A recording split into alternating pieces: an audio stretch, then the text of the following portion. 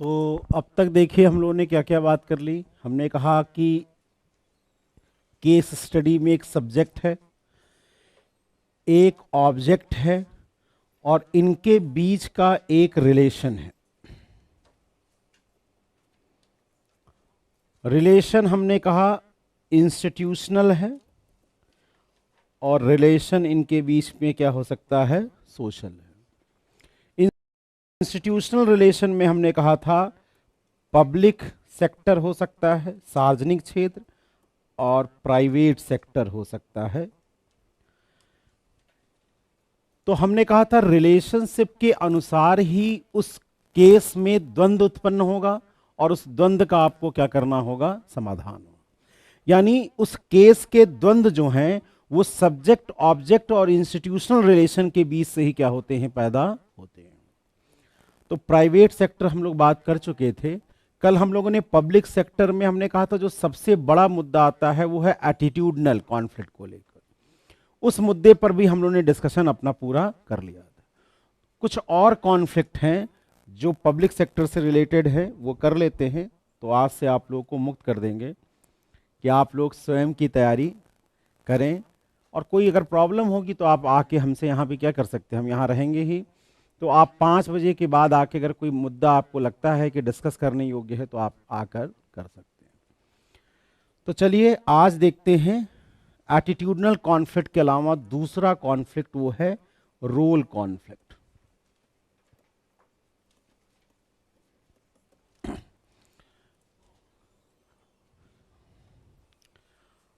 हमने कहा था कि जो कई बार जो एक्टर होता है, जो निर्णय करता होता है, जो निर्णय लेने वाला व्यक्ति होता है, वो एक तरफ तो उसका एक इंस्टीट्यूशनल रोल होता है,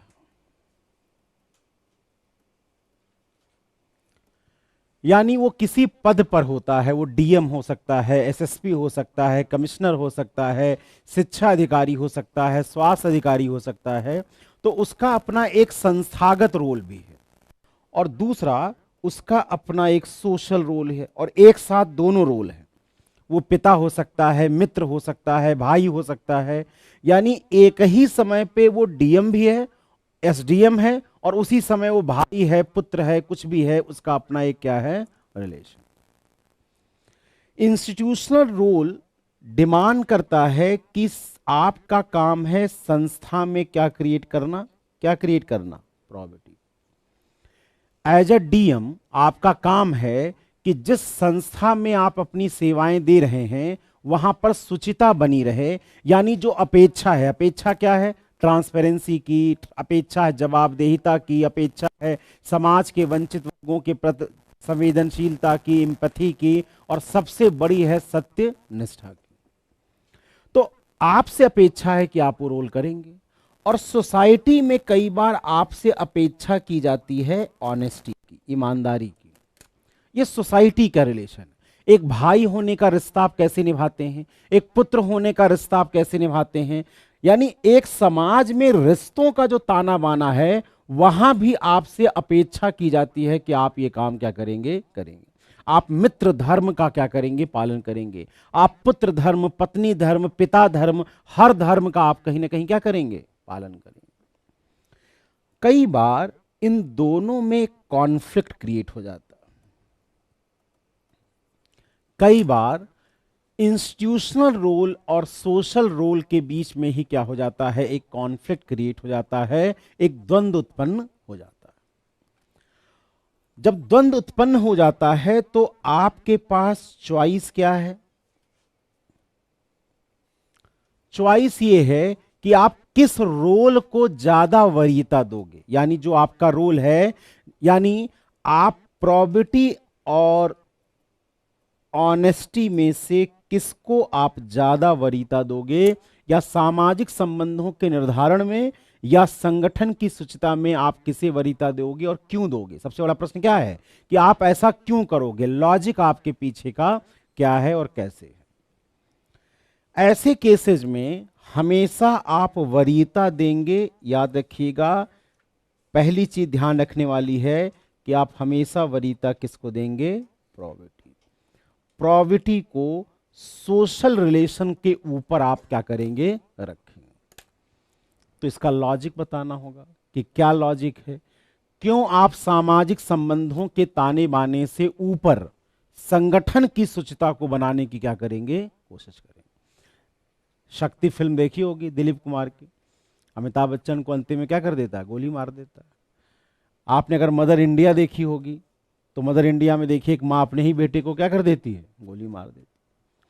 यानी जहां सार्वजनिक मुद्दे होते हैं वहां हम व्यक्तिगत रिश्तों को क्या कर देते हैं, आहुति देते हैं। और ताली तभी बजती है अगर दिलीप कुमार अमिताभ बच्चन को जाने देता कि जा बेटा तू जा, अब तू मेरा बेटा है, पुलिस की वर्दी का कोई बहुत ज्यादा रोल नहीं है, तो शायद आपके मन में उसकी स्वीकारता बढ़ती नहीं।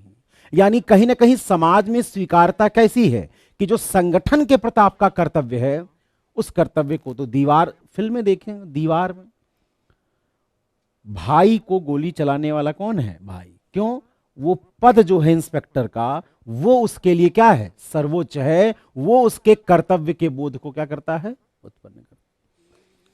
तो यहां लॉजिक क्या है, मतलब तर्क क्या है, किस तर्क के आधार पर आप कहते हैं कि हमें प्रॉपर्टी को ही हमेशा क्या देनी चाहिए, वरीयता देनी चाहिए। हाँ भाई। और अब जरा दिमाग में हमने कहा सोचने का एक खांचा भी बनाते चलिए। 5 मॉडल बताए थे, याद कीजिए। एक मॉडल क्या था, यूटिलिटी। अब सोचने का देखिए, शुरुआत में हमने कहा था तो हम लोग ऐसे लेके चलेंगे, अब धीरे धीरे खांचा बनाना दिमाग में क्या करेंगे, शुरू करेंगे। दूसरा क्या बताया था, कौन सी अप्रोच, तीसरा एक भूल गए हैं, एक यूटिलिटेरियन जस्टिस और एक कॉमन गुड। ये 5 अप्रोच आपको क्या बताते हैं कि कोई निर्णय क्यों सही होना चाहिए, क्यों नहीं सही होना चाहिए।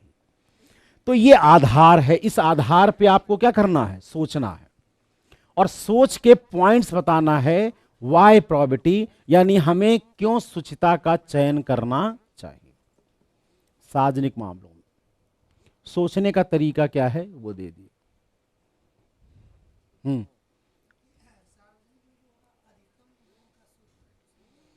पहला हो गया, अधिकतम लोगों का क्या है, सुख है।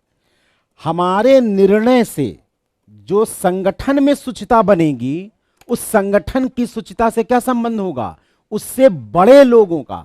हमारे कार्य से भाई सुखी होगा, हमारी बहन सुखी होगी, हमारा परिवार सुखी होगा।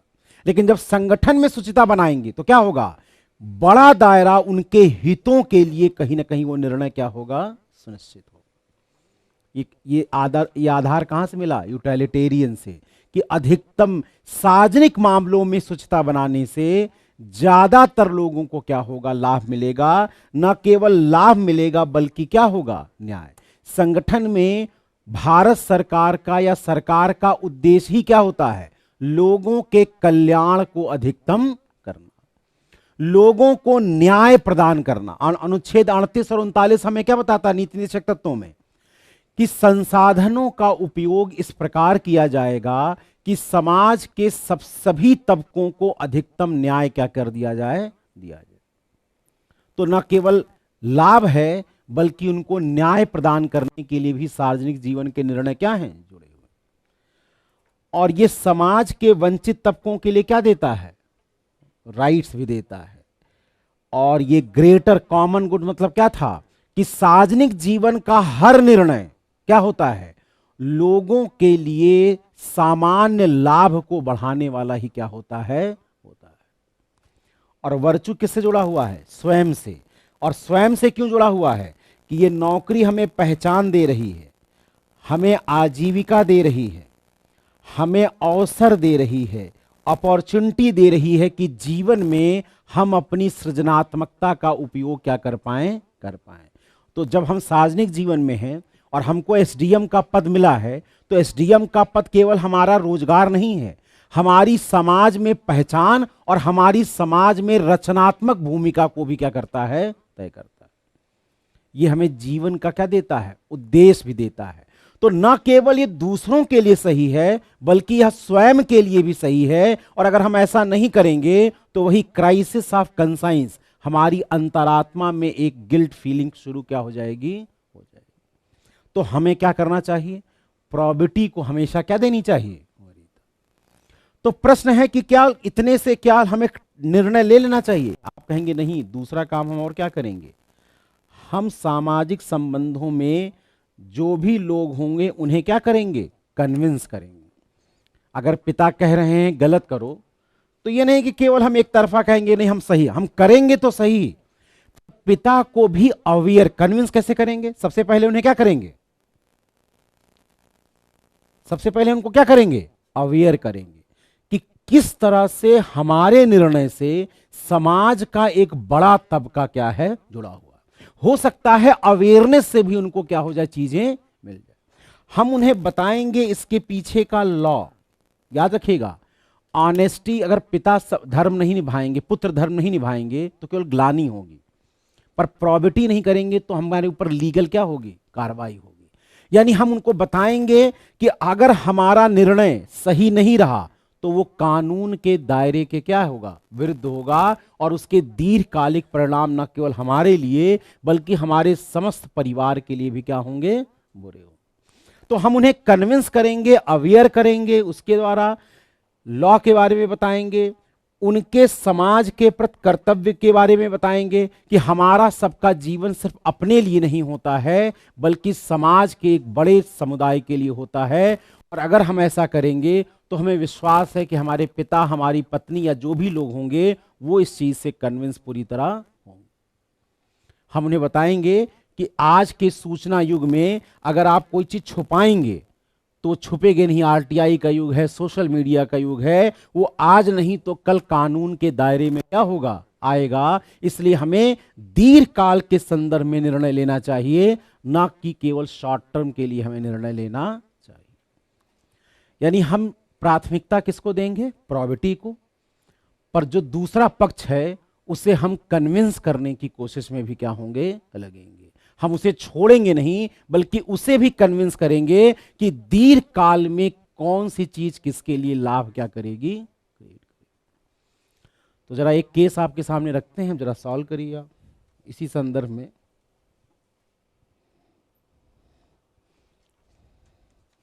शॉर्ट में केस बता दे रहे हैं।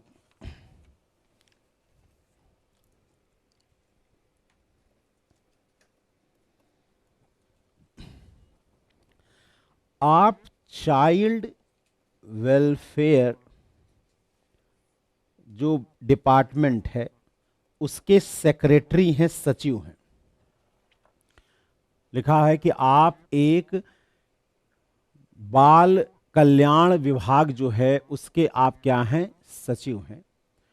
और आपका मुख्य दायित्व है, जब मेन रिस्पॉन्सिबिलिटी आपकी जो है वो है कि कैसे चाइल्ड लेबर की प्रॉब्लम को इंडिया से क्या, या किसी राज्य उत्तर प्रदेश से कैसे उसे क्या किया जाए, समाप्त किया जाए।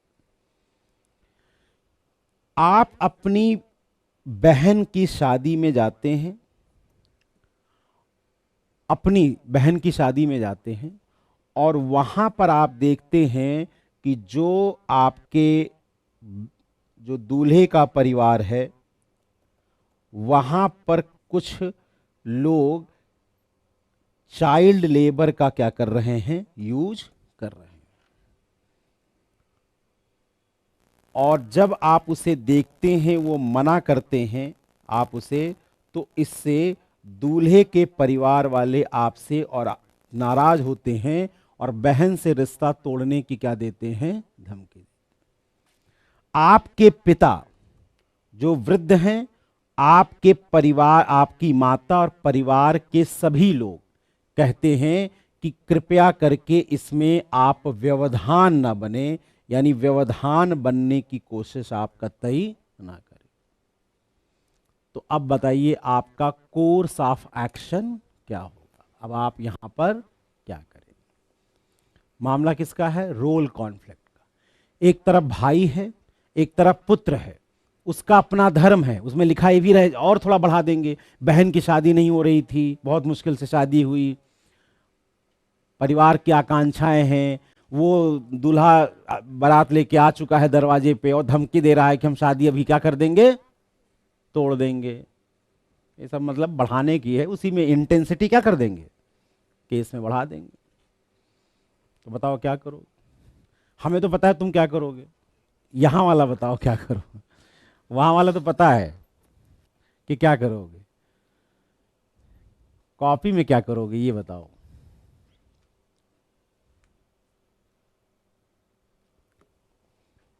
मामला तो समझ गए ना, रोल कॉन्फ्लिक्ट का है।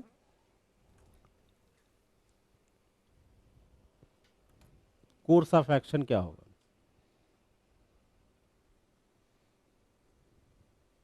हम्म, क्या?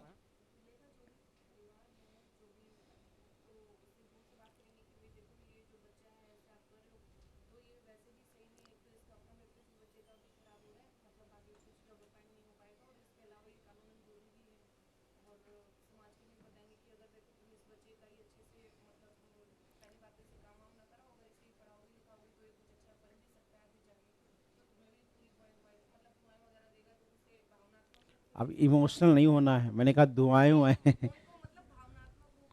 हाँ अब ये सही है। आप अपनी हर चीज क्लियर रखिए, आप मत इमोशनल होइए। आप बताएंगे कि आप इमोशनल अपील कर सकते हैं, वो अलग मुद्दा है, पर आप ये ना कहिए कि हम इमोशनल हो जाएंगे। ऐसा लगे नहीं, आंसर में ऐसा नहीं लगना चाहिए। आपको हमेशा दिखाना है इमोशनल इंटेलिजेंस। इमोशंस तो है, पर वो तार्किक इमोशंस है, वो तार्किकता से आप कोई काम क्या कर रहे हैं, कर रहे हैं। चलिए बैठ जाइए। और कौन बताए? कोई बात नहीं। और भाई क्या कोर्स ऑफ एक्शन होगा?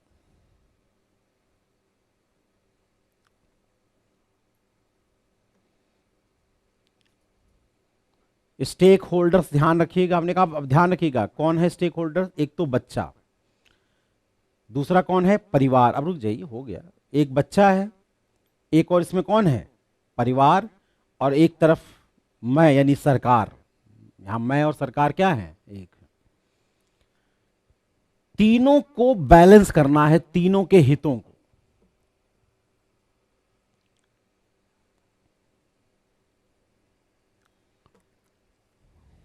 जल्दी बताओ भाई। आज तो आप लोगों को ऐसे ही बोल देना चाहिए। मैं तो एक दिन एक्स्ट्रा ले लिया, कल ही चाहता तो खत्म कर देता, पर इसलिए कि थोड़ा सोचने का, वरना जल्दी करता थोड़ा सोचने का मौका कम मिल पाता।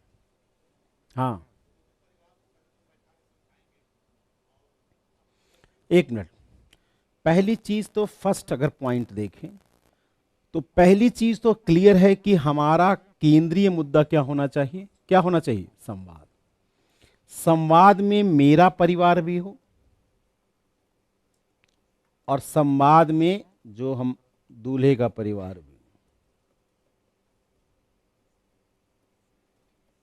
अब क्या संवाद, यही सबसे भाई, यही तो बात है, संवाद क्या।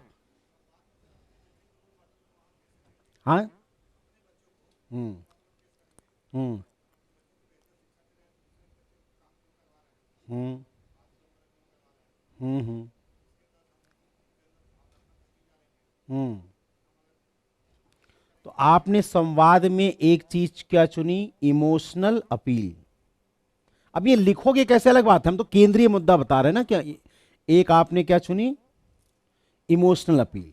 हम उन्हें ये क्या कह रहे हैं, हम ये बताएंगे कि जिस तरह से हम अपने बच्चे के लिए या आप हमारे लिए संवेदनशील हैं, या आप अपनी बेटी के लिए संवेदनशील है, आपके इस कार्य से, इस प्रोत्साहन से कितने बच्चों का भविष्य क्या है, अंधकार में हो रहा है। पर आपको पता है ये इससे काम चलने वाला नहीं है। हाँ, उसके बाद ये भी बताएंगे कि ये मत सोचिए कि आप बच जाएंगे। यहां पर इतना लोग आए हुए हैं, कोई अगर फोटो खींच लिया, आप बताएंगे कि ये सूचना का युग है। अगर हम तो नहीं, हम तो अगर चुप भी रहे, तो कोई अगर फोटो खींच लिया तो आप कानून के तहत, अब वो आप पेपर 2 में चाइल्ड लेबर का वो सब पढ़े होंगे, तो आप कहेंगे कि इससे आपके और आपके परिवार को बहुत ज्यादा दंड क्या हो सकता है, मिल सकता है। और बैठ जाओ, और लोग बताए। तो लॉ का सहारा लिया, इमोशनल अपील का सहारा लिया आपने, और क्या किया। आप लोगों के चेहरे से अब उत्साह नहीं, जैसे शुरू में जैसे लग रहा था। इस बार मैं देख रहा हूं, या तो ये सोच रहे हैं क्लास खत्म हो, अब जाएं पढ़ पढ़ा के जो होगा देखा जाएगा, कुछ कमी सही रहेगी, अगली बार फिर मिलेंगे सर से। अब फेस पे जो एक होता है ना सीखने वाली, जो वो भावना लग नहीं रही है। निरीह से, कंधे झुके हुए, एग्जाम का शायद प्रेशर जो है, एग्जाम का प्रेशर है कि मोदी जी के चुनाव का प्रेशर है। 23 मई जल्दी नजदीक आ रही। हाँ भाई, लॉ हो गया, इमोशनल अपील हो गया। याद रखिएगा ये पढ़ा लिखा परिवार है तो केवल इमोशन से नहीं चलेगा, तो यहां फियर भी यूज किया, पर यहां रैशनैलिटी सबसे ज्यादा क्या है, तार्किकता बड़ी ही क्या है समझाने के लिए इंपॉर्टेंट। जल्दी बताओ भाई, तार्किकता भी बहुत जरूरी है।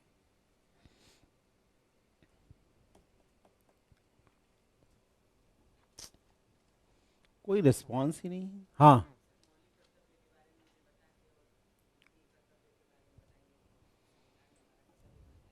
ये लॉ के अंतर्गत ही है कि हमारा न केवल हमारा नैतिक कर्तव्य है, बल्कि ये कानून के दायरे के भी क्या है उल्लंघन है, तो ऐसा नहीं करना। ये तो हो गया, पॉइंट आपका सही है, बस और इसको थोड़ा और एक्स्ट्रा पॉइंट क्या करें। हम्म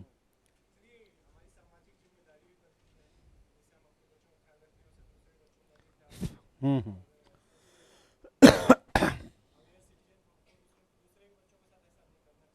ये तो इमोशनल अपील में हो गया।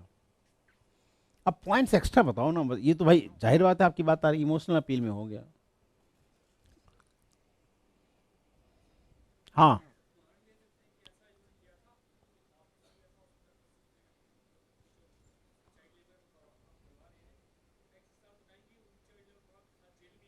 हाँ लॉ में ये बात सही है। आप लॉ का उनको क्या देंगे, कोई एग्जाम्पल देंगे, जिससे कि इम्पैक्ट, हमने कल कहा था जब एग्जाम्पल देते तो इम्पैक्ट क्या होता है, ज्यादा पड़ता है। वेरी गुड, इम्पैक्ट क्रिएट करने के लिए लॉ का क्या करेंगे कि उन्होंने ऐसा किया तो उनको सजा हो गई, केसेस उनके सामने रखेंगे। चूंकि मैं सेक्रेटरी हूं तो मैं उसके बारे में क्या करता हूं, जानता हूं। भाई मैं सेक्रेटरी हूं तो लॉ तो सब जानता हूं ना, और सारे केसेस जानता हूं।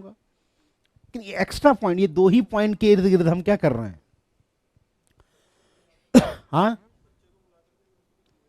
नहीं, पहला जो सबसे बड़ा, बच्चा भी एक स्टेक होल्डर है, तो यहां उसके लिए रिहैबिलेशन सबसे तुरंत क्या जरूरी, जो आप पहला पॉइंट होना चाहिए था, बच्चे का रिहैबिलेशन बहुत। ये नहीं कि केविन कार्टनर मत बनो। केविन कार्टनर की कहानी सुनी है ना, नहीं सुनी है।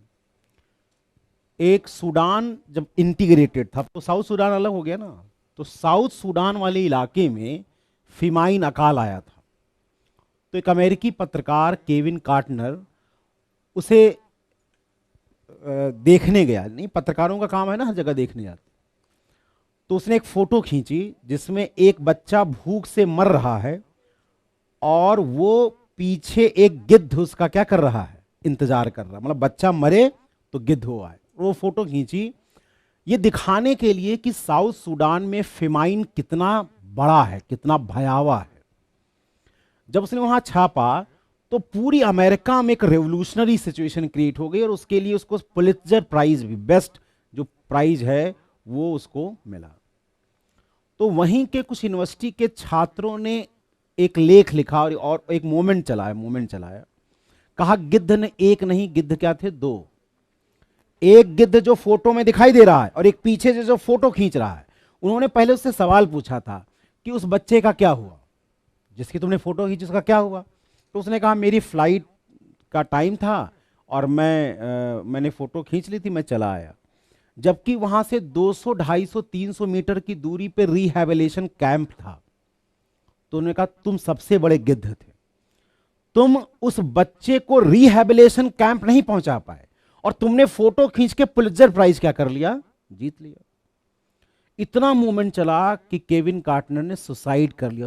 उसने कहा कि मुझे गिल्ट अंदर तक, क्योंकि मैं परेशान हो गया कि आखिर उस बच्चे का हुआ क्या था। इंडिया में पत्रकार होता, हमारा उल्टा और आपसे तर्क भी करता कि हमारा काम, पत्रकारिता का काम तो दिखाना है, चेहरा दिखाना है। पर केविन कार्टनर को क्या हुआ, इतना ज्यादा दुख हुआ इस बात को लेकर कि उसने क्या कर लिया, सुसाइड कर लिया। तो यहां सबसे बड़ा मुद्दा क्या है कि आप सेक्रेटरी हैं, और आप सेक्रेटरी हैं तो यहां भी आप रिहेबिलिटेशन में किसको यूज कर सकते हैं, कौन सा मॉडल, फिर से मॉडल कौन सा यूज कर सकते हैं, 4P। आप एनजीओ को बुला सकते हैं चूंकि आपका है, सरकार की संस्थाओं का भी आप क्या कर सकते हैं, यूज कर सकते हैं। और जो बच्चों के रिहेबिलिटेशन के कार्यक्रम हैं उनके माता पिता के कन्विंस से, सहमति से, आशय जो भी तरीके आपके पास उपलब्ध होंगे वो तो केस पे डिपेंड करेगा, आप उस बच्चे के रिहेबिलिटेशन के लिए भी क्या करेंगे, काम करेंगे। इसलिए मैंने कहा हर स्टेक होल्डर्स को क्या करना है, ध्यान में रखना है। केवल हम परिवार को ही कन्विंस करने में ना लग जाएं, हमारी जिम्मेदारी परिवार के अलावा सेक्रेटरी होने के नाते, और सेक्रेटरी हूं तो मेरे पास संसाधन क्या है, ज्यादा है, मेरे कार्य का दायरा भी क्या है, ज्यादा है, तो मैं उन सभी दायरों को भी क्या करूंगा, और अन्य विकल्प जितने भी संभव होंगे उन संभव विकल्पों का मैं क्या करूंगा, यूज करूंगा। यहां गलती आपसे क्या हो रही, जितनी मैं इसी पूछना चाह रहा था, कई बार हम एक पॉइंट पे कंसंट्रेट हो जाते हैं, हमारे दिमाग में एक ही चीज रहती है। तो जब भी केस सॉल्व किया करें, देखा करें कि कितने स्टेक होल्डर्स उसमें क्या हैं, है, और क्या हर स्टेक होल्डर्स को कुछ ना कुछ मिल रहा है हमारे निर्णय से कि नहीं। इंक्लूसिव निर्णय होना चाहिए, समावेशी निर्णय होना चाहिए। ऐसा ना हो कि एक पक्ष पर हम फोकस करें और दूसरे पक्ष को हम बिल्कुल क्या करें, अवॉइड करें। और इसमें तीसरा है, जो आदमी अगर कल को आए कि वो बैंड बाजी में काम करने वाला था, तो बैंड बाजी वाले के खिलाफ कार्रवाई का भी क्या करेंगे, काम करेंगे। यानी जितने स्टेक होल्डर्स हैं सभी के पक्ष में निर्णय की प्रक्रिया क्या होनी चाहिए, होनी चाहिए। तो एक मामला और बनता है, वो है रोल कॉन्फ्लिक्ट का। ये रेगुलर नहीं आ रहा है, पिछले 5-6 सालों में 2 बार इस पे क्वेश्चन, मतलब एटीट्यूडनल वाला तो क्या है, रेगुलर है, रोल कॉन्फ्लिक्ट वाला क्वेश्चन लगातार कंटिन्यूटी में आया नहीं। तीसरा देखिए प्रायोरिटी कॉन्फ्लिक्ट। अच्छा, इसी में एक और है जो रेगुलर आ रहा है, रोल कॉन्फ्लिक्ट से ही संबंधित है, वो है कॉन्फ्लिक्ट ऑफ इंटरेस्ट, इसी से मिलता जुलता है, हितों का संघर्ष। इस पे थ्योरी में भी क्वेश्चन रेगुलर है और केस स्टडीज में भी क्वेश्चन क्या है,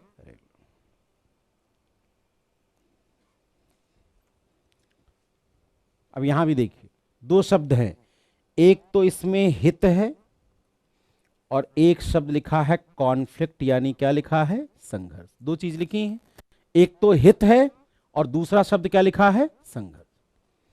हित क्या है कि जो व्यक्ति है उसके अपने निजी हित हैं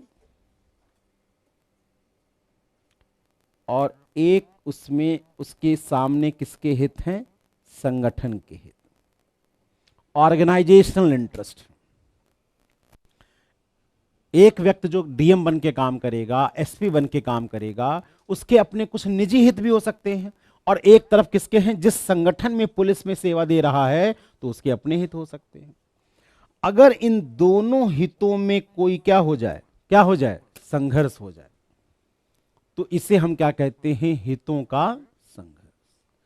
और ये जो हितों का संघर्ष होता है वो वही है कि private interest versus public interest.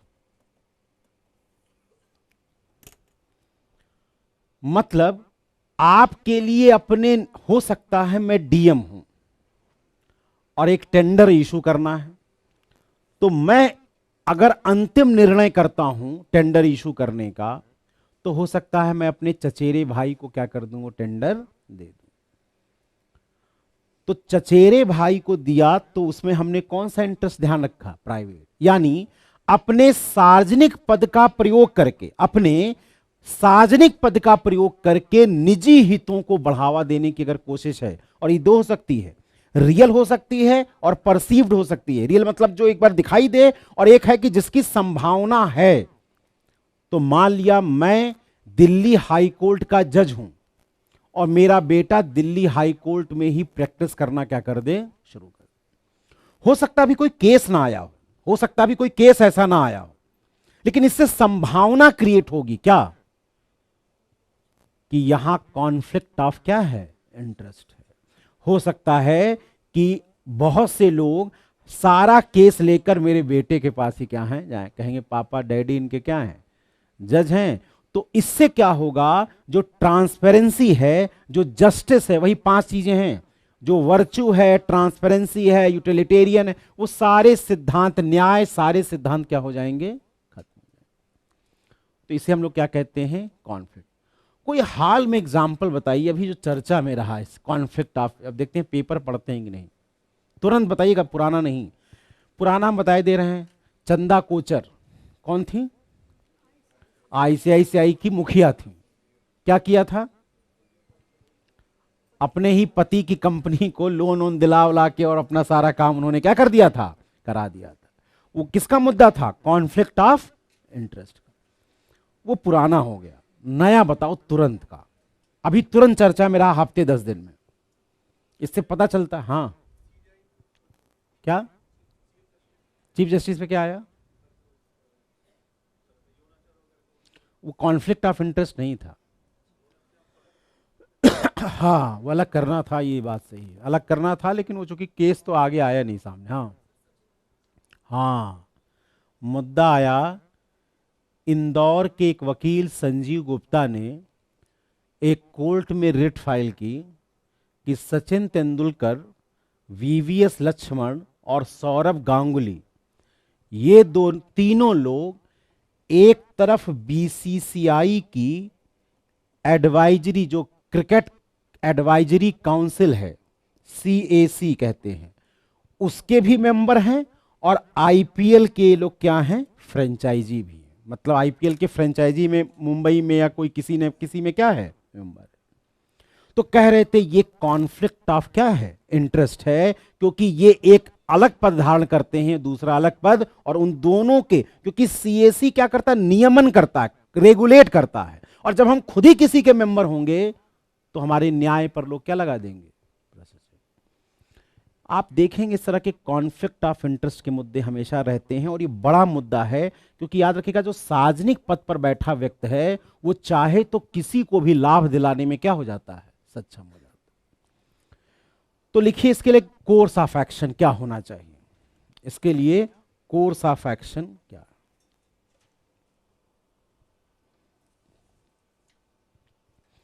Guiding principal क्या है।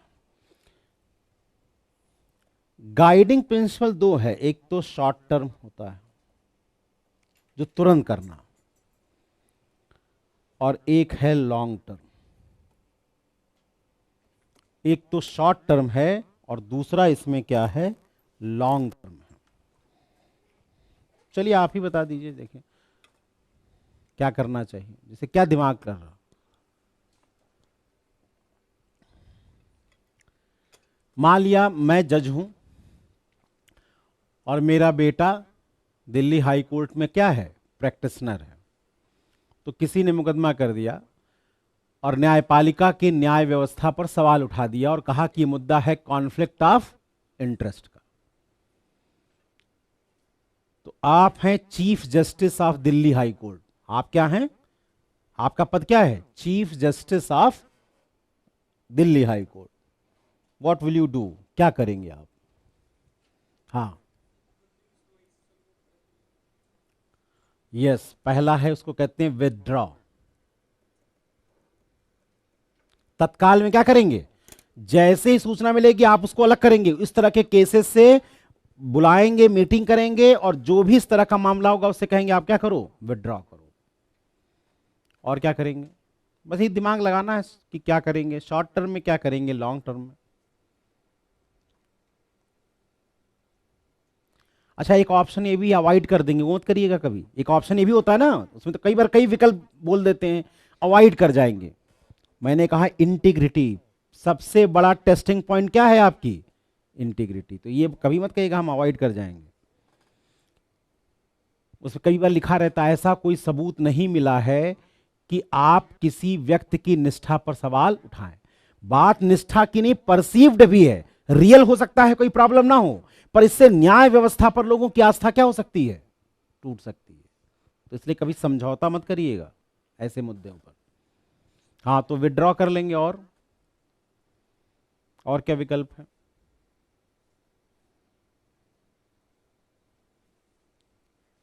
हम्म।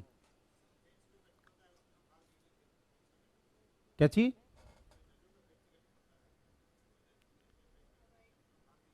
अवॉइड नहीं, अवॉइड नहीं करना। ये तो निर्णय, एक विकल्प हो सकता है पर वो विकल्प सही नहीं है। अवॉइड नहीं करेंगे आप, फिर वो तो इंटीग्रिटी पे क्या लगेगा?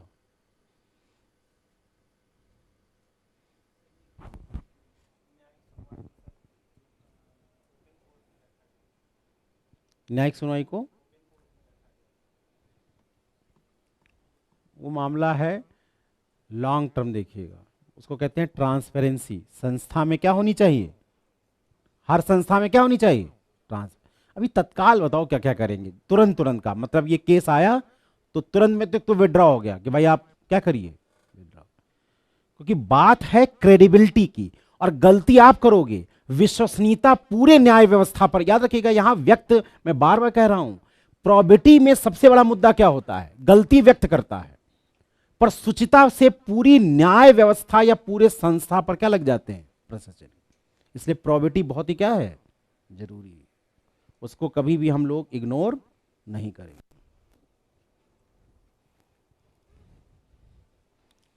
कायदे से हमें थ्योरी पढ़ानी चाहिए थी आप लोगों को, जिस हिसाब से लगता है। मैं तो इसलिए कि भाई शॉर्ट टर्म कोर्स है, लेकिन जो फंडामेंटल्स हैं वो हिले हुए कई बार लगते हैं, बेसिक चीजें जो हैं। हाँ भाई, अरे कोई दिमाग में भाई, अपने को अधिकारी बन के, जज हाई कोर्ट का जज बन के कुछ सोचो, कुछ दिमाग में कुछ तो आना चाहिए।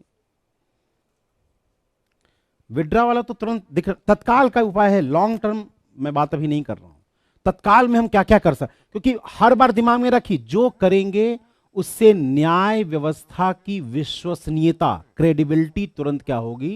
एस्टैब्लिश होगी। जो भी करेंगे उससे और एक होगी कि ऐसी लॉन्ग टर्म क्या होता है, इसको कहते हैं प्रोएक्टिव। लॉन्ग टर्म में क्या डिसीजन लेंगे कि ऐसी सिचुएशन दोबारा उत्पन्न होने ना पाए। तो दो लक्ष्य समझ गए आप।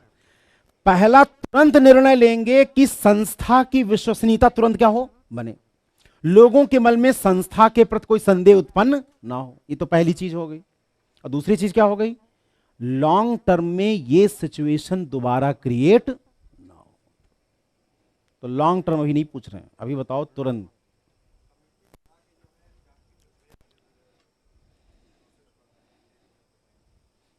मान लिया अभी कुछ गलती हुई ही नहीं हो, केवल परसीव्ड। भाई ये बताओ, सचिन तेंदुलकर ने हलफनामा दिया कोर्ट में कि मैं आईपीएल से एक भी पैसा नहीं लेता हूं, मैं फ्री सहाय वो करता हूं। तीनों लोगों ने लिख के दिया ना कि कोई कोई उनको लाभ नहीं मिल रहा है, बेनिफिट नहीं मिल रहा है। कई बार हो सकता है कि अभी हमारे बेटे ने ज्वाइन ही किया हो, कोई केस हुआ ही ना हो। तो मैंने कहा कॉन्फ्लिक्ट ऑफ इंटरेस्ट दो होता है, एक रियल और एक क्या है? परसीव, मतलब जो संभावित है। तो संभावित में तुम क्या कमेटी बनाओगे? तो संभावित हो गया ना, उसमें कमेटी क्या बनाओगे? क्या जांच करेगी?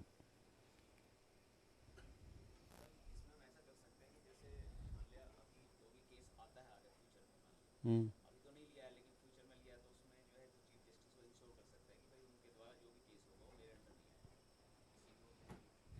हाँ भाई, कोई नहीं। दूसरा लिखिए डिस्क्लोजर। हम क्या कर सकते हैं, हर न्याय, अगर चीफ जस्टिस हैं तो, बाकी अगर अंडर में है तो सजेशन देंगे। मैंने कहा एक्टर पे डिपेंड करेगा। एक्टर अगर चीफ जस्टिस खुद नहीं है तो सिर्फ क्या दे सकता है? सजेशन। चीफ जस्टिस है तो खुद क्या करेगा? एक्शन लेगा। वो ये कर सकता है कि सभी न्याय में जो भी न्यायपालिका के लोग हैं उनको तत्काल कहे कि अपना तरफ से एक हलफनामा तुरंत प्रस्तुत करें कि क्या उनका कोई सगा संबंधी इसमें इन्वॉल्व, बाकी और जगहों पर इन्वॉल्व तो नहीं। डेमोक्रेसी हमेशा किसकी बात करता है? ओपननेस की। तो एक ही घटना से तुरंत हमने क्या किया? एक डिस्क्लोजर क्रिएट कर दिया, उसको हमने वेबसाइट पे, न्यायपालिका की वेबसाइट पे क्या कर दिया, लगा दिया कि भाई इस व्यक्ति का ये रिश्तेदार वकील है या किसी और जगह पे लगा है जो न्याय व्यवस्था को प्रभावित कर सकता है। तो हम विड्रॉ और डिस्क्लोजर का ऑप्शन तो तुरंत ही क्या कर सकते हैं, क्या कर सकते हैं, अपना सकते। अब बताइए लॉन्ग टर्म कि ऐसी नौबत ना आने पाए तो क्या करेंगे संगठन में।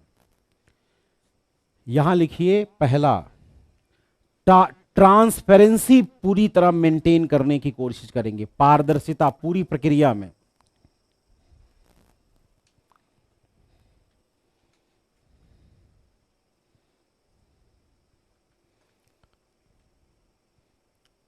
दूसरा, सिटीजन इंपावरमेंट पे बल देंगे कि नागरिकों को भी ज्यादा से ज्यादा हर प्रक्रिया में अधिकार मिले। वही आरटीआई जो सिलेबस में नहीं लिखा, आरटीआई है और भी जो चीजें हैं उन सभी को हम लोग क्या करेंगे जिससे कि उनकी जानकारी क्या हो जाए, बढ़ जाए।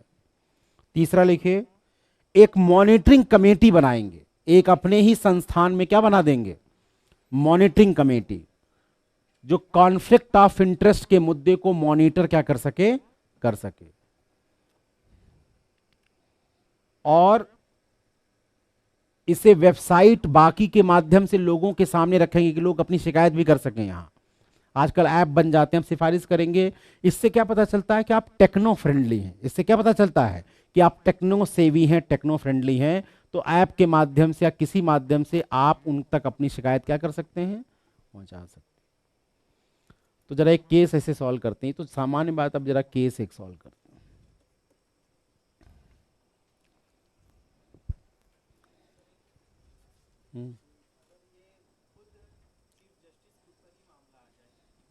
तो खुद विड्रॉ खुद करना, ये तो नैतिक मुद्दा है। किस पे बात वही है कि विश्वसनीयता की है, व्यक्त हो सकता है मैं सही हूं, पर मेरे इस कृत्य से राज्य की विश्वसनीयता यानी न्यायपालिका की विश्वसनीयता का प्रश्न क्या है, जुड़ा है, क्योंकि ये परसीव्ड है। तो मेरा कार्य ये नहीं, मैं व्यक्तिगत रूप से तो सत्यनिष्ठ हूं, पर अपने पद, क्योंकि कहते हैं न्याय होना ही नहीं चाहिए, न्याय क्या होना चाहिए देखना। ये तो तर्क है ना, शब्दों का खेल है, शब्दों के खेल से क्या है।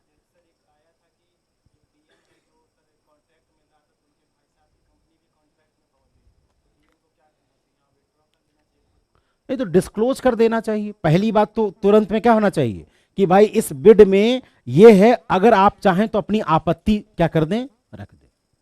तो मैंने कहा दो चीजें, विड्रॉ भी है और क्या है, डिस्क्लोजर है। आपने किया और आपके भाई ने, तो आपने पहले ही टेंडर से पहले डिस्क्लोजर कर दिया कि भाई देखो मेरा भाई भी बिड कर रहा है, ये उसका अधिकार है, तो मैं रोक नहीं पाऊंगा। अगर आपको कोई आपत्ति है तो आप कृपया कमिश्नर या बाकी लोगों से ये अपनी आपत्ति क्या कर दें, प्रकट कर दें। तो मैंने तो अपनी सत्यनिष्ठा, इसीलिए कहा दोनों क्या हैं, साथ साथ। ठीक है, अब आइए जरा केस समझिए क्या है। आप एक पीएसयूज के, कुछ भी मान लीजिए, एनटीपीसी, भेल गेल कुछ भी है, पीएसयूज के एक बड़े पॉलिसी जो डिजाइनिंग है उसके हेड रहे हैं। कहने का मतलब है इंपॉर्टेंट पोस्ट है, यहां कहना ये चाहते हैं कि बहुत ही इंपॉर्टेंट पोस्ट पे हैं, और आप वहां से अब रिटायर हुए। तो रिटायर होने पर आपको एक ऑफर मिला प्राइवेट कंपनी का। पहले आप किसके हेड थे, एक पीएसयूज के, और आपको ऑफर मिला एक प्राइवेट कंपनी का। उस प्राइवेट कंपनी ने आपको जो पहला असाइनमेंट दिया वो यही दिया कि उस पीएसयूज में एक बिड निकली है जिसमें आप पहले क्या करते थे, काम करते थे, उस बिड निकली है, और आपसे कहा गया कि अगर आप ये असाइनमेंट करेंगे तो कंपनी में आपकी ग्रोथ और संभावना बहुत ही क्या होगी, ज्यादा होगी। चूंकि आप उसके पॉलिसी डिजाइन का हिस्सा रहे हैं, इसलिए आप उस पीएसयूज के टेक्निकल सारे स्ट्रक्चर आपको पहले से ही क्या है, पता है। मतलब ये कंडीशन है कि आप टेक्निकल नो हाउ और फाइनेंशियल नो हाउ जितने भी हैं सब आप क्या करते हैं, जानते हैं। तो अब आपका कोर्स ऑफ एक्शन क्या होगा? मुद्दा समझ गए ना कि आप टेक्निकल नो चूंकि इंपॉर्टेंट पोस्ट पे रहे हैं तो आप फाइनेंशियल टेक्निकल सारी चीजों को, और ये भी लिखा हो कि आपके इस जानकारी का उपयोग करके कंपनी उस बिड को क्या कर सकती है, आसानी से क्या कर सकती है, प्राप्त कर सकती है। और यहां मुद्दा क्या, आप रिटायर हो चुके हैं। रिटायर होने के बाद तो आपकी कोई जवाबदेहिता देखा जाए तो नहीं है। कॉन्फ्लिक्ट ऑफ इंटरेस्ट तो तब होता जब मामला क्या होता, आप रहते, तब भी आप क्या करेंगे? आपका कोर्स ऑफ एक्शन क्या होगा? हाँ, क्या करेंगे? Short term, long term?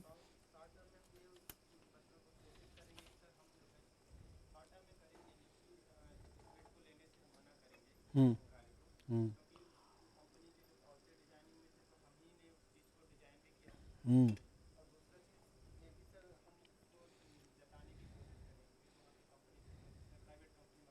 हम्म।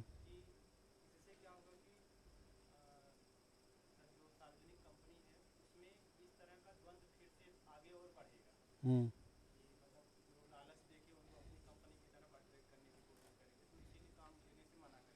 चलिए, वेरी गुड, बैठ जाइए, वेरी गुड। हाँ, और भाई इधर क्या करोगे? मामला समझ गए ना?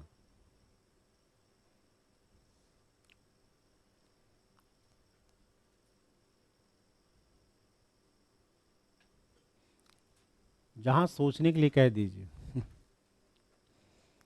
अभी लिखाना होता तो 40-50 पेज लिख डालते।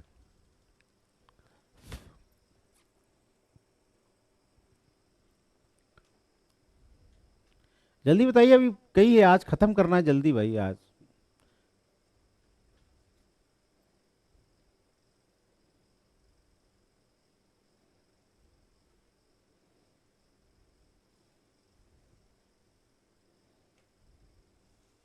अरे यही बता दीजिए, हम कुछ नहीं करेंगे, ये भी एक ऑप्शन है।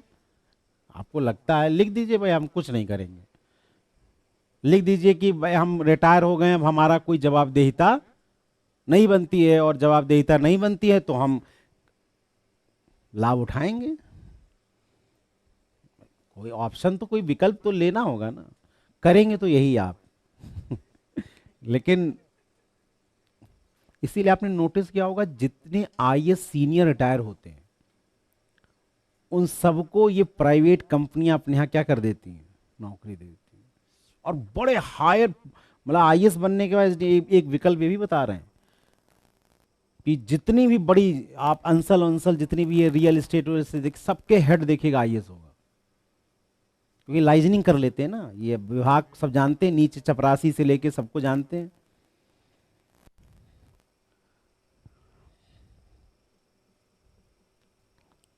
तो क्या करेंगे भाई?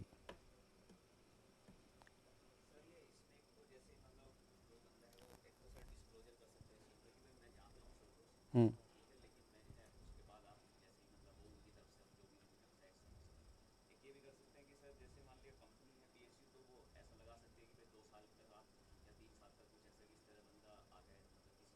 नहीं, वो तो मान लिया नहीं है, वो तो केस में मान लिया नहीं होगा तो आप अपनी तरफ से तो क्रिएट कर, ये तो आप लॉन्ग टर्म सजेशन दे सकते हैं।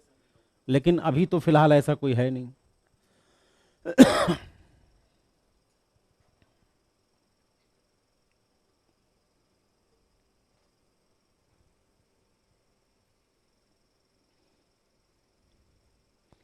कोई माइंड जैसे आपका कोई एक्टिवेट नहीं हो रहा है जिसे सोचने पे, मैं जानना चाहता हूं। या तो सरेंडर वाली फेज में है कि, या कुछ कुछ कुछ दिमाग में चलता होगा कि ये कर सकते हैं। और बेसिकली आईएएस या पीसीएस जो भी अधिकारी है वो तो डिसीजन मेकिंग बॉडी का हिस्सा है ना। उसको शंकराचार्य का दर्शन और कालिदास का शाकुंतलम कितना पढ़ेगा भाई वो, कितना भी फिलॉसफी और संस्कृत और साहित्य का ज्ञाता हो। असली काम तो आपको क्या करना है, यही करना,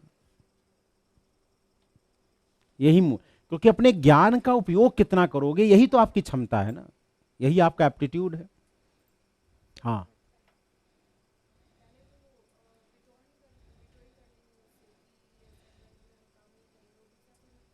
अच्छा, तर्क क्या देंगे? हम कहेंगे जब हम काम नहीं करते तो तर्क देना पड़ेगा, आर्गुमेंट क्या देंगे आप?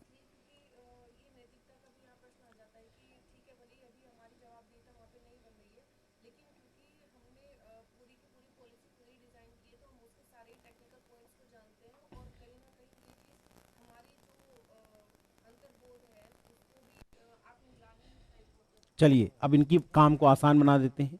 स्टेक होल्डर कौन कौन है? स्टेक होल्डर व्यक्ति के रूप में कौन हूं? कौन हूं? मैं। एक स्टेक होल्डर कौन है? प्राइवेट।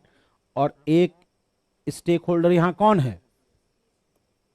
तीन है ना? तो इन्होंने बताया व्यक्ति के रूप में।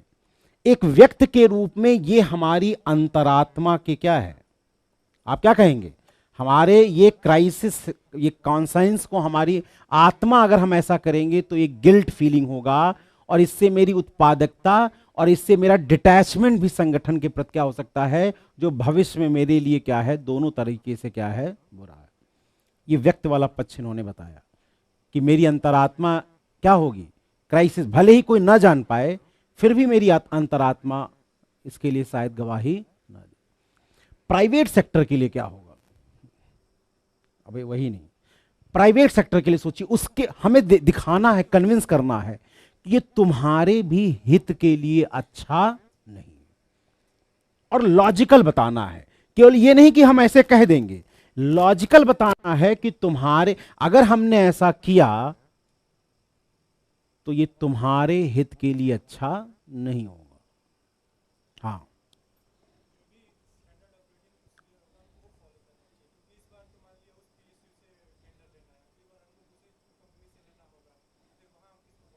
हम्म,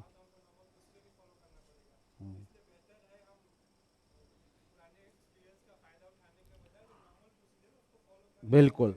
हम नॉर्मल, अब ये पहला पॉइंट है नहीं, पर इन्होंने पॉइंट बताया तो मैंने, पहला पॉइंट तो कुछ और है, पर हम ये पॉइंट है इनका कि हम नॉर्मल जो प्रोसीजर है उस नॉर्मल प्रोसीजर को हम ध्यान रखें, और अपनी क्वालिटी पर, बिडिंग पर हम टेक्निकलिटीज पर काम करें।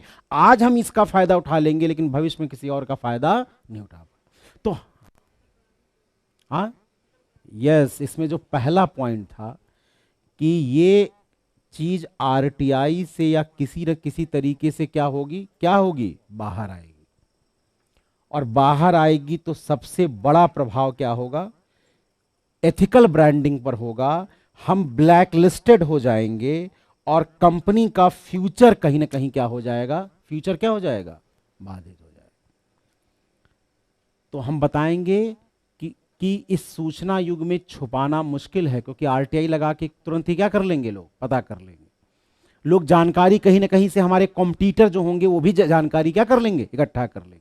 और अगर हमने इस प्रोसेस का ध्यान लिया तो इसका दुरुपयोग हो सकता है, और इस तरह की एक तो गलत प्रैक्टिसेस भी मार्केट में क्या हो जाएंगी, शुरू हो जाएंगी। आज हमें लाभ मिला, कल इसका लाभ कोई क्या हो सकता है और उठा सकता है। और अगर लोगों के सामने आया तो भले ही लीगलिटी नुकसान ना हो, पर हमारी एथिकल ब्रांडिंग पर क्या हो सकता है, क्या हो सकता है, असर पड़ सकता है।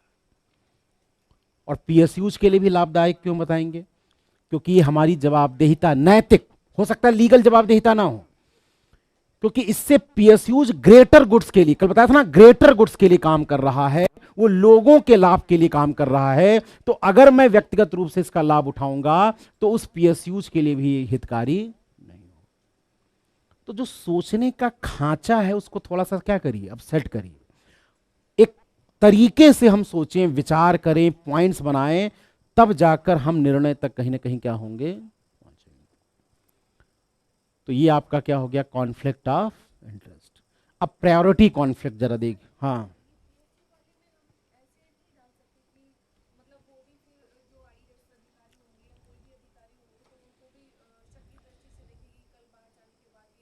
हाँ, हाँ, सलाह, सलाह तो दे ही सकते हैं, हमारे पास सजेशन है, कुछ ना कुछ उनके लिए हितकारी हो, सोचने का तरीका ऐसा हो कि सभी स्टेक होल्डर्स उससे कुछ ना कुछ क्या करें, गेन करें।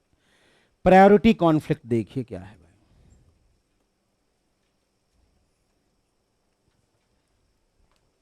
पहला, कार्य की गुणवत्ता वर्सेस समय, quality of work versus time. मतलब एक आदमी ऐसा है या एक संस्था, आपने टेंडर इशू किया, आप एक पीडब्ल्यूडी विभाग के क्या हैं, इंजीनियर हैं, चीफ इंजीनियर हैं, 2013 में क्वेश्चन भी आया है। तो आप पीडब्ल्यूडी विभाग के चीफ इंजीनियर हैं और आप देखते हैं कि जो आपका ठेकेदार है उसके कार्य की गुणवत्ता तो बहुत ही क्या है, अच्छी है, पर वो समय सीमा से ज्यादा क्या कर रहा है, ले रहा है। और दूसरा देखते हैं कि एक आदमी समय कम ले रहा है पर उसके कार्य की गुणवत्ता क्या है, खराब है। तो प्रायोरिटी एक को चुनना है, किसको चुनेंगे और क्यों चुनेंगे, लॉजिक भी होना चाहिए। समझ गए मामला, समझ गए ना।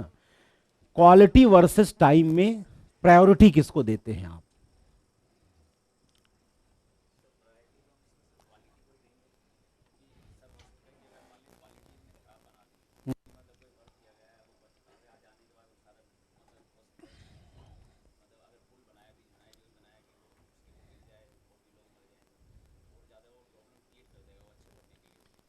इनका कहना है हम गुणवत्ता को हमेशा क्या देंगे, प्राथमिकता, क्योंकि उससे लोगों का जीवन जुड़ा हुआ है, पुल गिर गया या ये जो हुआ। पर आपको पता है समय बढ़ने से कॉस्ट भी क्या हो जाती है, क्या हो जाती है, बढ़ जाती है।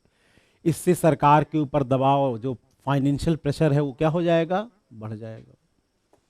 और किसी का, हाँ हाँ। हम्म। इसमें आप निर्णय लेंगे आज ज़्यादा नहीं, क्योंकि आप लोगों के बॉडी लैंग्वेज से लग नहीं रहा, हमें तो मन किया आज तो सोच के कल, इसीलिए हमने ख़त्म नहीं किया था कि आज मैं सोचा था कि अंतिम दिन है, पूछेंगे ज़्यादा, जिससे कि आप लोगों का जो सोचने वाला जो खांचा बंद है, रटने वाला खांचा, तो सुबह 4 बजे उठ के पूरा रट डाले होंगे। अकबर की राजपूत नीति के 16 पॉइंट क्या हैं, पेज नंबर 73 घटना चक्र, वो तो रटा हुआ है, पर चेहरे से लग नहीं रहा, जैसे निराश हताश, सब लोग दिख रहे हैं ऐसे बैठे हैं, हर आदमी ऐसे बैठे, किसी तरह टाइम पास कर रहा है, मतलब समय जैसे किसी तरह बीते और जल्दी जाएं यहां से। ये डिपेंड करेगा, आप उसका मूल्यांकन करेंगे long term and short term दोनों। पहले ही निर्णय नहीं लेंगे, पहले ही कोई निर्णय नहीं लेंगे।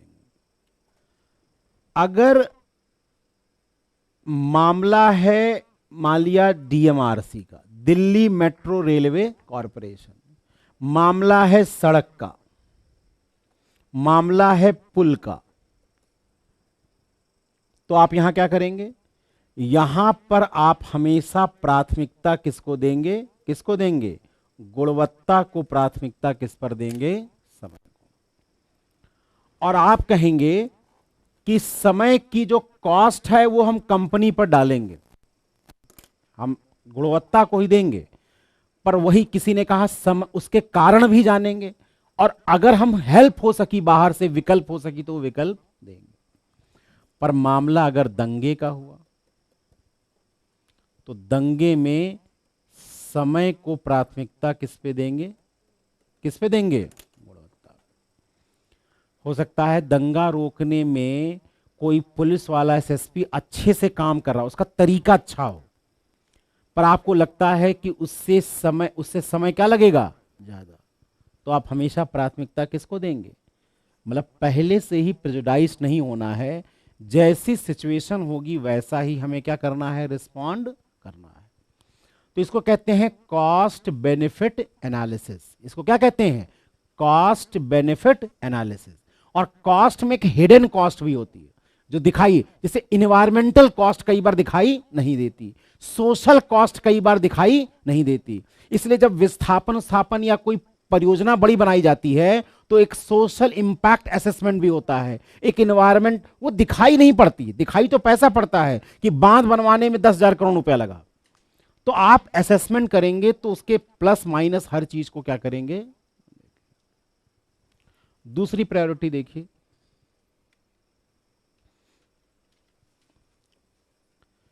ईमानदारी और योग्यता,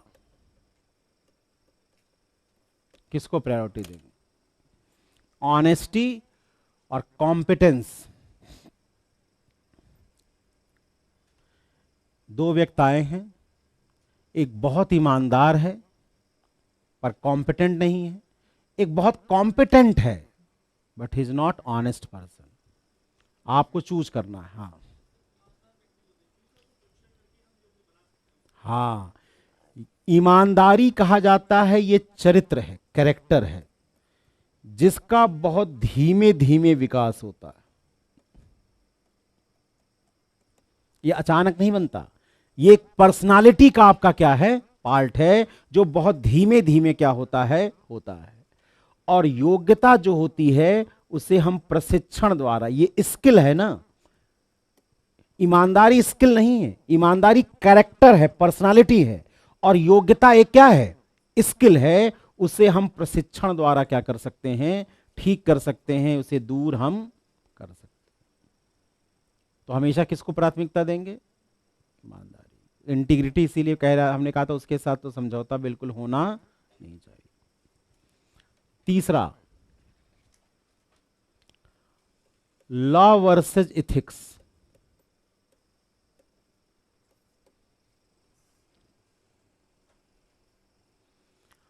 आप अधिकारी हैं और आपको लगता है कानून तो ये कह रहा है, पर आपकी अंतरात्मा और नैतिकता कहती है कि ये बात सही नहीं। तो आप किसको चूज करेंगे, प्रायोरिटी देंगे। पहले जरा थोड़ा सा लॉ और एथिक्स के बारे में थोड़ी चीजें जान लें, एक कंपेयर कर लेते हैं। यहां लॉ लिखिए, यहां एथिक्स लिखिए।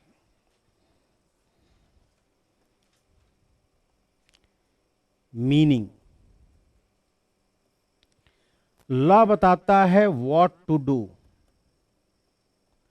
क्या करना है। It is a set of rules, rules and regulation. क्या करना है ये कौन बताता है, law. And what ought to do, क्या करना चाहिए। एथिक्स हमें क्या बताता है, क्या करना चाहिए। लॉ बताता है क्या करना है और वो बताता है, तो ये कहते हैं it is a set of values. Ethics हमें बताता है क्या है, set of values.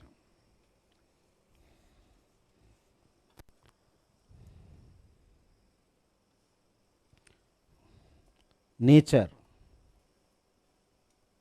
It is binding, ना मानने पर क्या होगा, पनिशमेंट।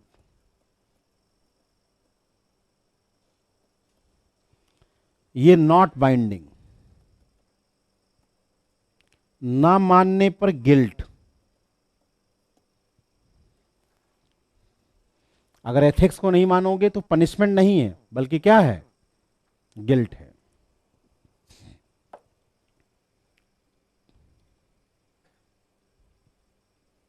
तीसरा, govern by, law govern by government और it is govern by moral values. कानून हम नहीं बनाते हैं, सरकार के अंग है ना, विधायिका, कार्यपालिका, न्यायपालिका। तो it is govern by whom, government. And ethics is govern by our moral values. Expression, अभिव्यक्ति,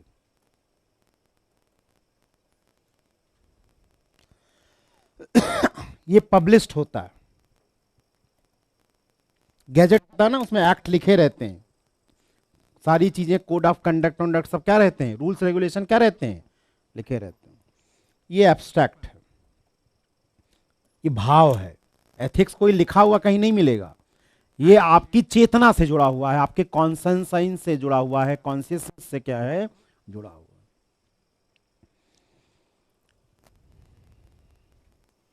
तो हमने बताया था सविता वाला केस, याद है, पहले दिन आयरलैंड में कानून था आयरलैंड का कि अगर प्रेगनेंसी इतने हफ्ते से ज्यादा हो जाएगी, 4 हफ्ते से ज्यादा, तो अबॉर्ट बच्चे को नहीं कराएंगे। और डॉक्टरों ने कहा कि अगर अबॉर्ट नहीं हुआ तो मां और बच्चे दोनों ही मर जाएंगे। तो एथिक्स कहता है कि मां और बच्चे दोनों को क्या करना चाहिए, बचाना चाहिए।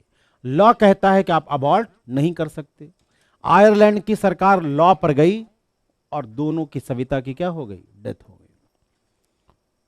तो इसको लेकर पूरे इंडिया और वर्ल्ड हर जगह पर बड़ा मूवमेंट क्या हुआ, शुरू हुआ। तो कई बार लॉ और एथिक्स में क्या करना होता है, क्या करना होता है, आपको चुनना होता है। तो बताइए कोर्स ऑफ, अगर मामला फंस जाए इस तरह का, या आपके कंसाइंस का कहते हैं ना, या आपकी अंतरात्मा की आवाज का, ये क्वेश्चन आया है थ्योरी में भी। जब भी ऐसा मामला आएगा आपकी अंतरात्मा पुकारेगी। और गांधी जी तो कहते हैं कि दुनिया, क्योंकि याद रखिएगा लॉ जाएगा इस कोर्ट में तो दिखाई दे रहा है, और गांधी कहते थे एक कोर्ट ऑफ जस्टिस ऊपर है और वहां मुझे जवाब देना है।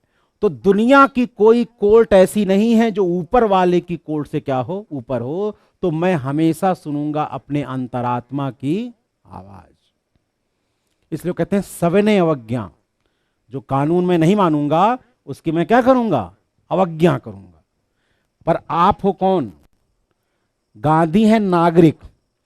अवज्ञा करना उनका अधिकार भी हो सकता है, अपनी बात को कहना उनका क्या है, अधिकार।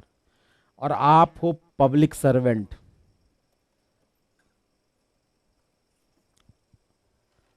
तो नागरिक हो तब तो विकल्प है अवज्ञा का।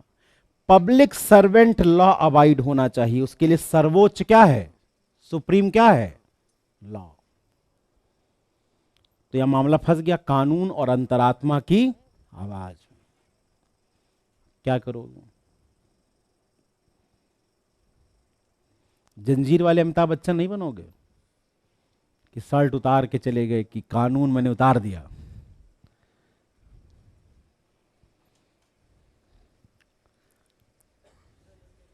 एक एक एक करके, हाँ।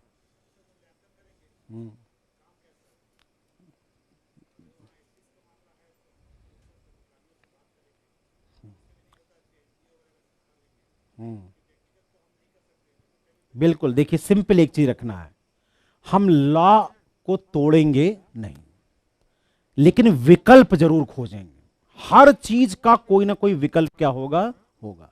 हम लॉ नहीं ब्रेक करेंगे, पर हम सरेंडर भी नहीं करेंगे, हम उसके विकल्पों की तलाश करेंगे। और विकल्पों पे हमेशा याद रखिएगा 4P मॉडल हमेशा याद रखिएगा। हम एनजीओ का सहारा ले सकते हैं, हम और इंस्टीट्यूशन का सहारा ले सकते हैं। जब वो कौन था मणिपुर वाला, सड़क उसने खुद ही लोगों के माध्यम से, जब सरकार नहीं कर रही थी सड़क उसने क्या कर दी, बना दी। नाम में भूल गया, वो क्या नाम है उसका, आर्मस्ट्रांग, जो मणिपुर का आईएएस अधिकारी है। आपको याद होगा एसडीएम बन के गया तो उसने अपने उस एरिया से पूछा तुमको सबसे ज्यादा हेल्प क्या चाहिए। तो उन लोगों ने कहा कि हेल्प चाहिए कि तुम सड़क बनवा दो, क्योंकि हमारे यहाँ हॉस्पिटल पहुंचने में इतना बच्चा होता है कि आदमी मर जाता है रास्ते में। पहाड़ में तो जानती प्रॉब्लम होती है। उसने शासन को लिखा तो शासन का जैसा काम होता किसी ने जवाब नहीं दिया, और उसने नोटिस किया कि वहां डेथ बहुत ही क्या है, ज्यादा। तो उसने सरकार पर नहीं कहा कि लॉ और कैसे होगा क्या, उसने विकल्प क्या खोजा। उसने क्या किया, एक फेसबुक पे अकाउंट बनाया और अपनी तनख्वाह का सारा पैसा उसमें उसने डाल दिया, और अपने भाई जो उसका एम्स में डॉक्टर था उससे रिक्वेस्ट की, तो उसने अपनी सेविंग के 20-25 लाख उसमें डाल दिए। और उसने अपने बैचमेट से मूवमेंट चला दिया, और 1 करोड़ 1.5 करोड़ रुपया उसने पहले 50 लाख, फिर धीरे धीरे उसने बढ़ा लिया। और फिर उसने गांव के लोगों से कहा कि तुम श्रमदान दो, और ये तुम्हारे लिए मैं कर रहा हूं। और वो खुद बन गया 100 किलोमीटर की सड़क, बिना एक पैसा सरकार के लिए लोगों ने क्या कर दी, बना दी। और 2016 से 2019 है, हर साल इंडिया का बेस्ट ऑफिसर वो चुना जाता है। वो जहां रहता है उसके इनोवेशन ने क्या किया, उसकी सीमाओं को क्या कर, तो ये इनोवेशन आपका चेक होगा। लॉ नहीं तोड़ सकते, पर आपकी जो मौलिकता है, इनोवेशन है, वो आपको। तो आप घर पे जाके केस पढ़िएगा, लिखिए प्रशांत नैयर, कुछ लोगों का नाम देखिए जिन्होंने इनोवेशन करके कानून के दायरे को बिना तोड़े। उनका एक है ऑपरेशन सुलेमानी, मैं नाम एग्जैक्ट मिस कर रहा हूं, देख लीजिएगा, केरल के ऑफिसर हैं। ये फूड कूपन का कॉन्सेप्ट है। उनके जिले में एक भी भिखारी भूख से नहीं मरता है। उन्होंने ये अभियान क्या कर दिया, चला दिया। रिंगजिंग सैम्फियल इस समय यूपी के हैं, बहराइच और कई जिलों में काम कर चुके हैं। देखिएगा इन लोगों का मॉडल है अपना, किस तरह से इन्होंने एक वेबसाइट है द बेटर इंडिया, नोट कर लीजिए, उसमें आपको इस तरह के better India, the better India website है वो।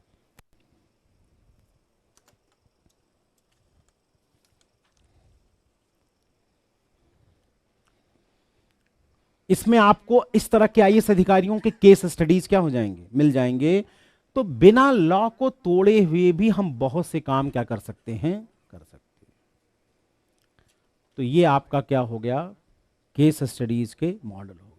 अब लिखिए कंक्लूजन की जो समराइज, क्या ध्यान रखना, अब जरा हम बता दें कि सभी को इकट्ठा करके क्या क्या ध्यान रखना है, दिमाग में क्या क्या होना चाहिए, जो भूलना नहीं।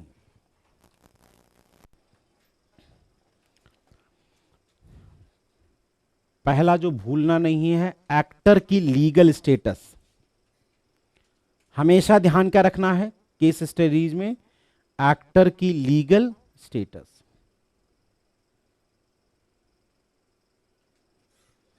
दूसरा याद रखना है स्टेक होल्डर्स, उस केस में कितने स्टेक होल्डर्स हैं, सबको कुछ ना कुछ मिलना चाहिए, ठीक है, ये ध्यान रखना है।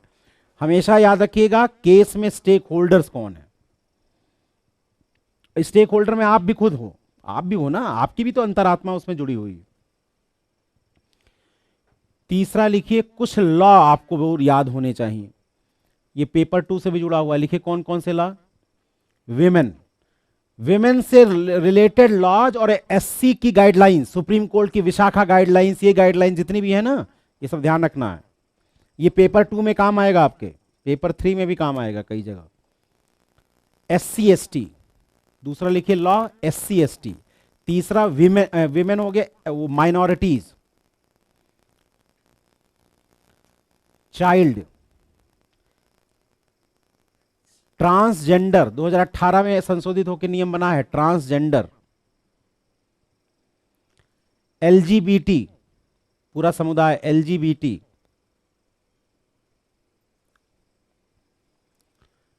ये तो आप इनके कानून, इनकी संस्थाएं याद रखिएगा, ये बहुत जगह यूज होंगी आपके आंसर में। तीसरा लिखिए कॉन्स्टिट्यूशनलिज्म, जो है वो प्रियम्बल से, एफआर से और डीपीएसपी से, और फंडामेंटल ड्यूटीज भी लिख लीजिए इसमें।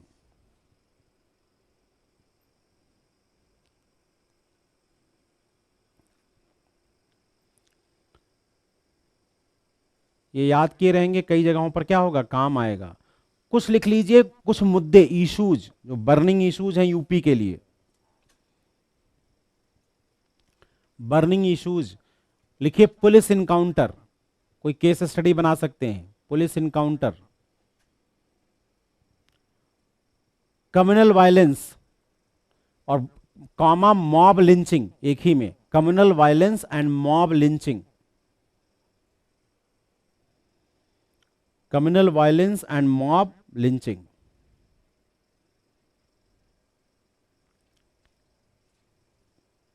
Code of conduct in elections, code of conduct in elections, इससे रिलेटेड केस स्टडी बनने के बाद बागमती का पेपर आउट नहीं कराया, ठीक है। Code of conduct in election, agrarian suicide या agrarian related problem,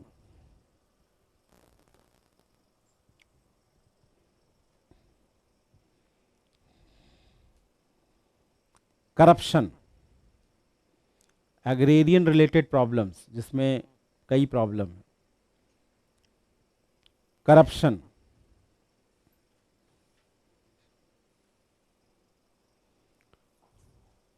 Naxalism and terrorism, naxalism and terrorism,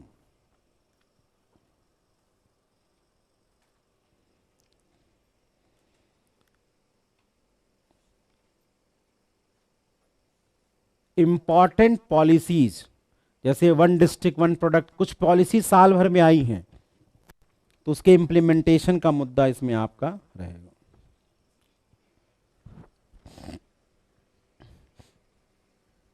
तो इस तरह के इश्यूज भी ध्यान में क्या करने हैं, आपको रखने हैं। तो हमारी तरफ से आप मुक्त हैं, जिसकी आप तलाश कर रहे थे इतने दिनों से। घर जाके पढ़िए, कभी कोई ज़रूरत हो तो शाम को 5 बजे के बाद मैं यहाँ रहता हूँ, आप 5 बजे के बाद यहाँ पर कभी भी क्या हो सकते हैं, मिल सकते हैं। तो आई होप कि वैसे तो पढ़ा ही था आपने पेपर 4, तो एक नया इंसाइट आपको मिला होगा सोचने समझने का, करने का। बाकी खुशी तब मिलेगी जब आप फिर हमसे इंटरव्यू में मिलेंगे और कहेंगे कि सर ये चक्र पूरा हुआ, अगले चक्र की तैयारी में आप सहयोग करिए। चलिए भाई, धन्यवाद।